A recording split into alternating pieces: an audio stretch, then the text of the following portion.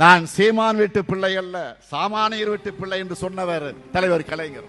அவரது ஆட்சியே சாமானியர்களுக்கான ஆட்சிதான். திராவிட முன்னேற்ற கழகத்தின் ஆட்சியே ஏழை எளிய பாட்டாளிகள் பயன்பெறும் ஆட்சியாகத்தான் இருக்கும்.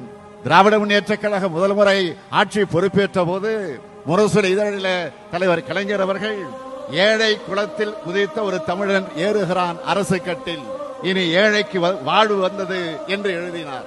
ஏழை குளத்தில் உதித்த ஒரு தமிழன் பேரறிஞர் அண்ணா, ஏழை குளத்தில் உதித்த ஒரு தமிழன் முத்தமிழறிஞர் கலைஞர். இவருடைய ஆட்சி ஏழைகள் சிரிக்கும் ஆட்சி.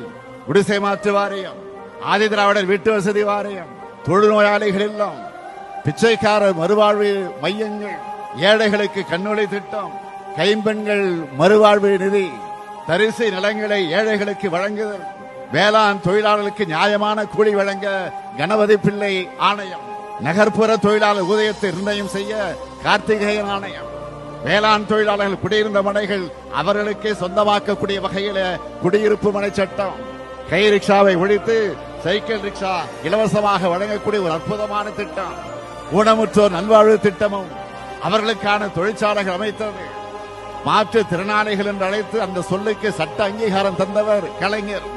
இந்தியாவிலே முதலாக உழவர்களுக்கு இலவச மின்சாரம் கொடுத்ததும் கலைஞர். ஏழை நடுத்தர வகுப்பு மகளிருக்கு இலவச கல்வி வழங்கினார். ஏழை பெண்களுக்கு திருமண உதவி திட்டம் கொண்டு வந்தார். குடும்ப தலைவரை இழந்து தவிக்கக்கூடிய மகளிருக்கு உதவி திட்டம் கொண்டு வந்தார். மாணவருக்கு பேருந்திலே பயணம் செய்ய இலவச பஸ் பாஸ் வழங்கியது கலைஞர். அனைவருக்கு மருத்துவ காப்பீட்டு திட்டம் வழங்கியதும் கலைஞர். அமைப்பு சாரா தொழிலாளர் வாரியம் அமைத்தது கலைஞர். உழவர் சந்தைகள் திறந்ததும் கலைஞர். சமத்துவ உரங்களை உருவாக்கியதும் கலைஞர். இப்படி நாள் முழுவதும் சொல்லிக்கொண்டே போகலாம்.